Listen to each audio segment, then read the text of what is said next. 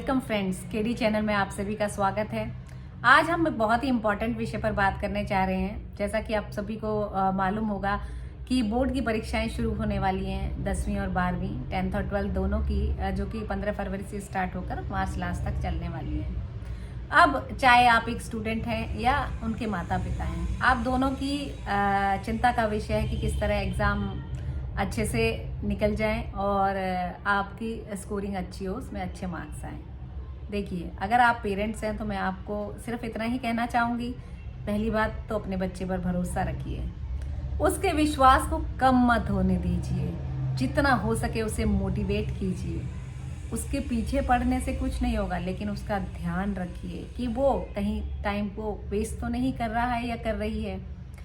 Mobile थोड़ा बहुत देखना ठीक है, बच्चा लगातार सुबह से शाम तक नहीं पढ़ सकता, उसे थोड़े से चेंज के लिए मोबाइल टीवी कुछ भी देखना है तो देखने दीजिए, लेकिन वो उसकी एक लिमिट होनी चाहिए। आधा घंटा 15 मिनट खाना खा रहा है, कुछ एंजॉय करना चाहता है तो करने दीजिए। लेकिन ये देखिए कि ऐसा ना हो कि मोबाइल एक बार चालू हो या टीवी एक बार चालू हो तो फिर वो उससे हटे ही ना। उसके खाने पीने का ध्यान रखिए, उसकी टेंशन को डाइवर्ट करने की कोशिश कीजिए। जितना आप उसे मोटिवेट करेंगे उतना उसमें कॉन्फिडेंस बढ़ेगा और वो और तरक्की और आगे बढ़ता जाएगा। लेकिन अगर हम में से कोई बच्चे से ये कहता है कि तुम कुछ कर ही नहीं सकते, तुम इतना परसेंटेज ला ही नहीं सकते, देखिए किसी भी दिल के किसी भी कोने में उस पर अपने ऊपर कितना भी विश्वास हो, लेकिन जहाँ आपकी बात उसके दिमाग में घर कर गई तो वो मॉरल पूरी तरह से उसका डाउन हो जाएगा और वो चाह कर भी उतने कॉन्फिडेंस के साथ वो तैयारी नहीं कर पाएगा, या वो पेपर में भी घबराता ही रह जाएगा कि मम्मी पापा ने ऐसा कहा था या घर वालों ने ऐसा कहा था, मैं शायद ऐसा ना कर पाऊँ। तो माता पिता होने के नाते हम सबका फर्ज है कि हम अपने बच्चे को मोटिवेट करें। हाँ, उसकी कमियां भी उसे दिखाएं। देखिए, सिर्फ मीठा मीठा बोलने से नहीं चलेगा कि आप बहुत अच्छे हो, आप बहुत अच्छा कर रहे हो, लेकिन जहाँ पर वो गलती कर रहा है उसे बताएं, बेटा अगर आप ऐसा नहीं ऐसा करोगे तो आपको और अच्छा रिजल्ट मिलेगा। अगर आप पढ़ रहे हैं, याद कर रहे हैं, उसे लिख लिख कर देखेंगे तो आपके रिजल्ट में और ज़्यादा स्कोर में उन्नति होगी, बढ़ोतरी होगी।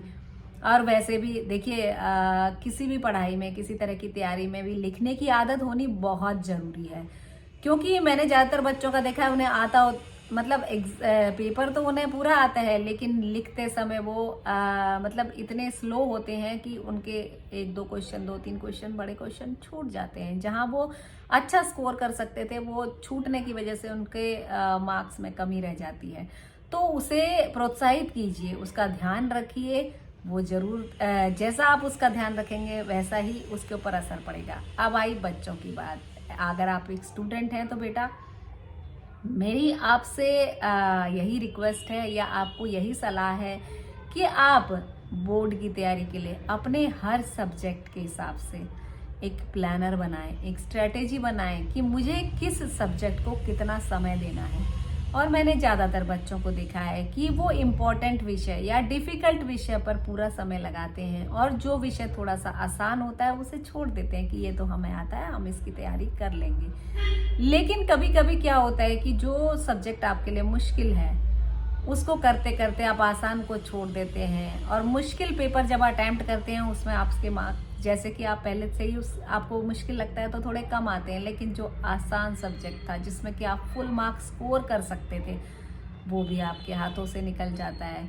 और जनरली मैंने देखा है कि जैसे मैथ्स का पेपर है, साइंस का पेपर है, तो बच्चे कहते हैं कि मुझे इसमें बहुत मेहनत करनी है, अकाउंट्स का पेपर है, लेकिन अगर वहीं पर बात आ जाती है बिजनेस स्टडीज़ की, अरे ये तो थ्योरेटिकल पेपर है, इसे तो मैं एक दिन में कर लूँगा या कर लूँगी।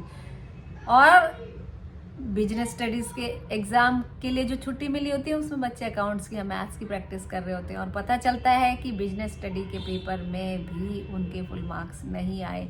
जो बहुत उनके लिए इजी सब्जेक्ट था वो उसमें नहीं स्कोर पर कर पाए। मैंने खुद अपने घर में देखा है। देखिए, इंग्लिश का पेपर है, बच्चा कहता है मेरे इंग्लिश मेरी बहुत अच्छी है और इंग्लिश में तो मैं फुल मार्क्स ला सकता हूँ या ला सकती हूँ, लेकिन जब देखती हूँ इंग्लिश का पेपर होता है, अरे अभी इंग्लिश के लिए तो मैं 1 घंटा भी पढ़ूंगी तो मेरे नंबर आ जाएंगे। लेकिन जनरली ऐसा नहीं होता। इंग्लिश के पेपर के दिन वो मैथ्स की प्रैक्टिस कर रहे होते कि लास्ट मोमेंट में करेंगे, सुबह से शाम हो जाती है, और उसके बाद अगले दिन जब पेपर होता है, अरे मेरा 10 नंबर का छूट गया, और मार्क्स आते हैं 50% सिर्फ। देखिए जो आपका स्कोरिंग सब्जेक्ट था, जिसमें आप 100% ला सकते थे, वो भी आपने छोड़ दिया। जो मुश्किल था वो तो था ही।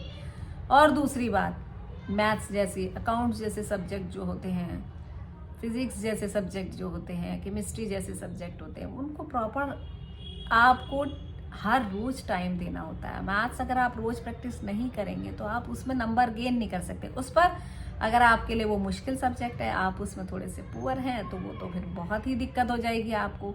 तो चाहे कैसे भी है, अपने टाइम टेबल में 1 घंटा, आधा घंटा, मतलब आप ये कहें कि एक एक्सरसाइज में आज कर लूंगा, 10 क्वेश्चन में कर लूंगा, तो उतना टाइम चाहे कितनी भी दिक्कत आए, कैसे भी आए, आप उसके लिए निकालिए। जब आप निकालेंगे, जब आप उसके लिए डेली प्लानर में वो समय रखेंगे, तो ऐसा कुछ नहीं है कि आप नहीं कर पाएंगे। अभी रिसेंटली 12th फेल फिल्म आई है, आप सभी ने देखी होगी। जब एक बच्चा जिसको कि यह नहीं पता कि चीटिंग करने से भी कुछ नुकसान होता है, जो बच्चा इतना इनोसेंट है, जिसे ये नहीं पता कि उसे आईपीएस बनने के लिए सिविल सर्विस का एग्जाम देना होता है, वो बच्चा आईपीएस का एग्जाम क्लियर करता है। देखिए उसका पैशन, उसकी डेडिकेशन, उसके अंदर कितना जुनून है कुछ पाने के लिए। जब इतने साधारण बच्चे को, जिसको कुछ नहीं पता, जो कि बहुत ही ग्रामीण परिवेश से है, जिस पर अभावों में जो पल बढ़ रहा है, वो सब कुछ कर सकता है। अगर आपके पास थोड़ी बहुत सुविधाएं भी आपके पेरेंट्स ने दे रखी हैं, या आप इतने कैपेबल हैं कि आप सब कुछ अपने आसपास चीज़ों को समझ पा रहे हैं, तो फिर आपके लिए तो कुछ भी अचीव करना मुश्किल नहीं होना चाहिए, मुझे ऐसा लगता है। बस सारी चीज़ें, और दूसरी बीइंग अ स्टूडेंट आपसे रिक्वेस्ट है कि थोड़ा सा अपने मोबाइल को, सिर्फ कितना समय बचा है, 1 या 2 महीने का, इतना सा समय है, थोड़े दिन के लिए अपने शौक को साइडलाइन कर दीजिए। अपने जब भी आप पढ़ाई कर रहे हो, उसको एयरप्लेन मोड में डाल दीजिए अपने फ़ोन को, और पढ़ाई करने बैठे तो उस पर टाइमर लगा दीजिए। तब देखिए आप किस तरह से अपने प्रोग्राम को आगे बढ़ाते हैं, प्लानिंग स्टडी प्रोग्राम को। एक टाइमर होगा कि मुझे, देखिए मैंने 40 मिनट्स मैथ्स कर लिया। आपको जब आप ये चीज़ करेंगे, आपके अंदर इतना कॉन्फिडेंस होगा कि देखिए क्या होता है, जनरली हमारे लैक ऑफ कॉन्फिडेंस की वजह से जो हमें आता है, जो चीज़ें हमें आती हैं, हम उसे भी छोड़ाते हैं। अब देखिए, अब क्वेश्चन पेपर अटेम्प्ट करने के लिए हम बैठे हैं। अब जनरली हम क्या करते हैं, ये मुश्किल है, पहले से कर लेते हैं, फिर बाद में आसान वाले को करेंगे। और क्या होता है कि वो मुश्किल में टाइम, तो एक लिमिटेड टाइम होता है एग्जाम के लिए, इतने क्वेश्चंस हैं, एक लिमिटेड टाइम में पूरे करने हैं। अब आपने मुश्किल में ज़्यादा समय लगा दिया, तो जो आसान आपको आते थे वो भी जल्दबाजी में आप करेंगे, और वो भी गलत हो जाएंगे। तो आपका सबसे पहले तरीका यही होना चाहिए कि आप सबसे पहले आसान सवालों को करें।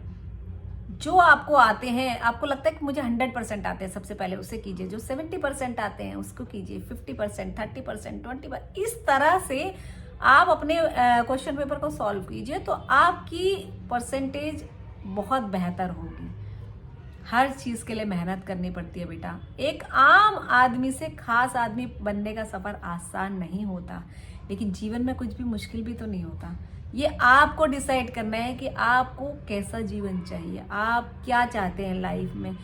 जो आप बनना चाहते हैं उसके लिए जितना मुश्किल आपका लक्ष्य है ना, अगर आपने जीवन में कुछ लक्ष्य रखा है, पहली बात तो लक्ष्य बनाना बहुत ज़रूरी है।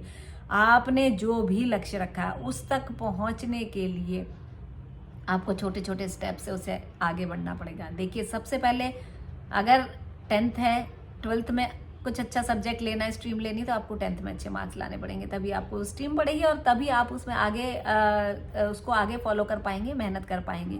दूसरी बात, अगर आप 12th क्लास का बोर्ड का दे रहे हैं तो कॉलेज में एडमिशन के लिए आपको पता है, चाहे आप एंट्रेंस एग्जाम भी देंगे, लेकिन जो 12th में अगर आपने अच्छी सी पढ़ाई करी होगी तभी तो आप एंट्रेंस एग्जाम भी क्लियर कर पाएंगे। और परसेंटेज भी मायने रखती है आपके अंदर कॉन्फिडेंस लाने के लिए, समाज में एक सम्मानित जगह बनाने के लिए, अपने लिए, अपने माँ बाप के सपनों को, माता पिता के सपनों को पूरा करने के लिए। उनको भी हक है खुश रहने का, उन्हें भी हक है सपने देखने का, उन्हें भी हक है आपके प्रति अपने विश्वास को बनाए रखने का। मौका दीजिए सबको खुश होने का, अपने आप को, अपने लिए एक सुंदर भविष्य का निर्माण कीजिए।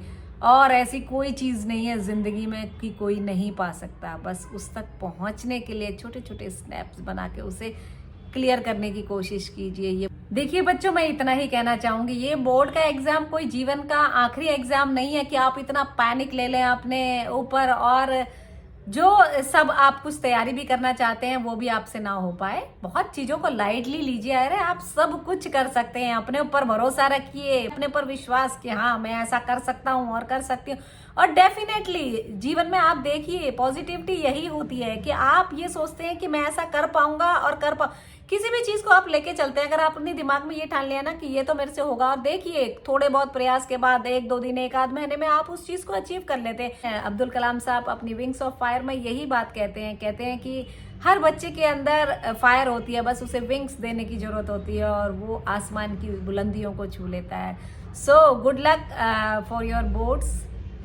Stay happy and healthy. अपनी हेल्थ का ध्यान रखिए, खुश रहिए, माता पिता और अपने सपनों को पूरा करने के लिए प्रयास कीजिए, लेकिन कभी भी जीवन में निराश मत होइए। हर परीक्षा आपको जीवन में एक सीख दे के जाती है आगे बढ़ने की। और अगर आपको मेरी ये थॉट्स पसंद आए हो तो प्लीज़ मेरे चैनल को लाइक और सब्सक्राइब कीजिए। Thank you so much for being with me. Bye bye. फिर मिलते हैं आपसे अगले किसी विषय पर।